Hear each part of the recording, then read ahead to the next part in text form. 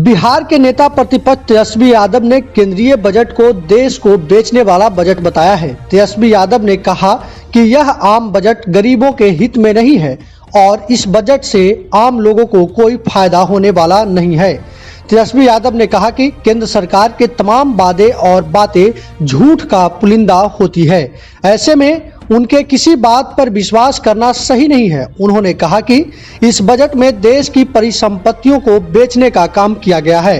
वहीं तेजस्वी यादव ने सरकार पर हमला बोलते हुए कहा कि सरकार जहां चुनाव होता है वहां ही बजट पेश करती है और चीख चीख कर बताती है, जबकि बाद में वो सारे जुमले साबित हो जाते हैं।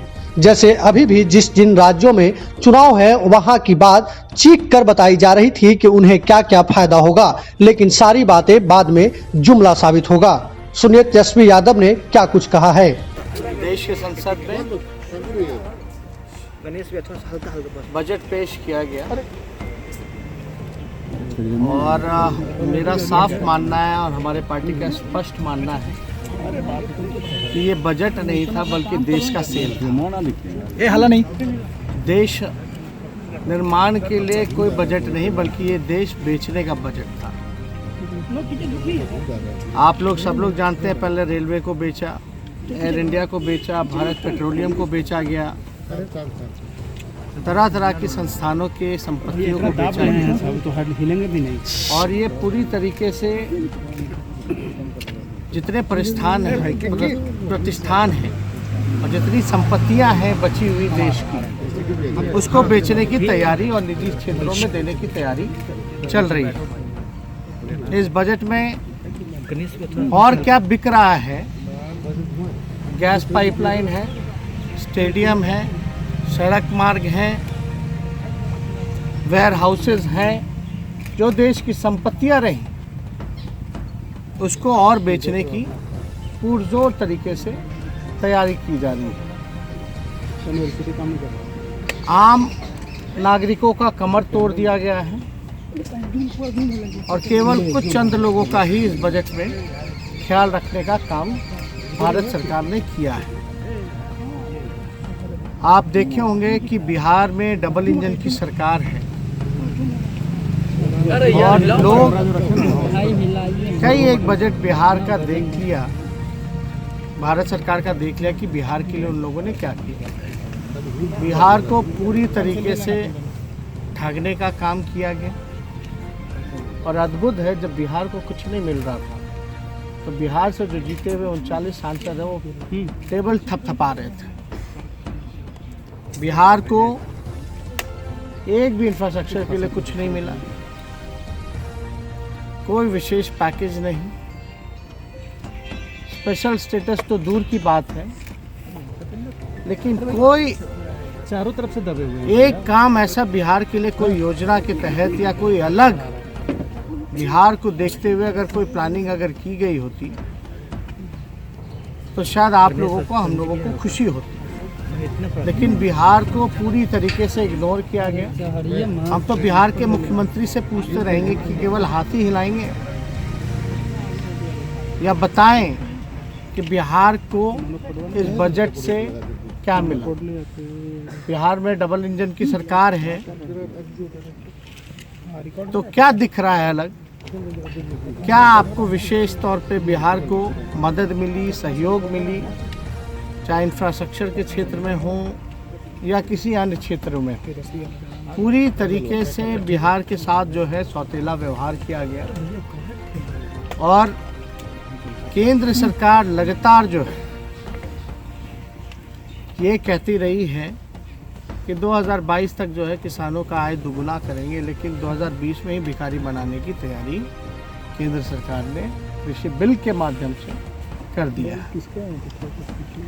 बिहार की क्या दयनीय स्थिति है ये आप सब लोगों को पता है। धान के खरीद को लेकर के या जिस प्रकार से अलग विशेष अतिरिक्त बोझ डीजल पे बढ़ाया गया है, टैक्स बढ़ाया गया आम लोगों पर, ये सब लोग हम लोग देख रहे हैं। मुख्यमंत्री खामोश क्यों हैं इस बजट के आने के बाद, ये समझ में नहीं आ रहा। खामोशी शायद इसलिए है क्योंकि उनके पास बोलने के लिए कुछ नहीं है कि बिहार को इस डबल इंजन की सरकार ने क्या दिया। ना कोई कारखाना, ना कोई उद्योग, ना रोजगार की चर्चा, ना इंफ्रास्ट्रक्चर की बातें, कोई है ना एग्रीकल्चर में कोई एक ऐसा सेक्टर नहीं है जहां बिहार को कुछ मिला। आप लोग याद कीजिए वो दौर जब लालू जी रेल मंत्री हुआ करते, इसमें तो रेलवे गायब ही हो गया। रेलवे को इसलिए गायब किया गया क्योंकि ये लोग लालू जी की तुलना नहीं कर सकते। जिस प्रकार से आदरणीय लालू जी ने रेलवे को चलाने का काम किया, हर एक साल 90,000 करोड़ का मुनाफा लालू जी ने दिया था, और ऐसे में दिया था जब हर साल जो है किराया कम किया जाता था। यही बिहार को लालू जी ने 3-4 कारखाने रेलवे ने उस समय बिहार को देने का काम किया। आज कहाँ है, क्या मिल रहा है बिहार को?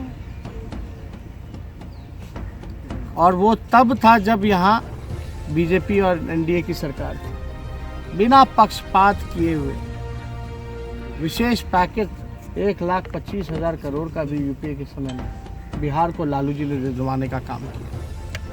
आज तो हम लोग सब लोग पूछ रहे हैं कि क्या मिल रहा है बिहार को।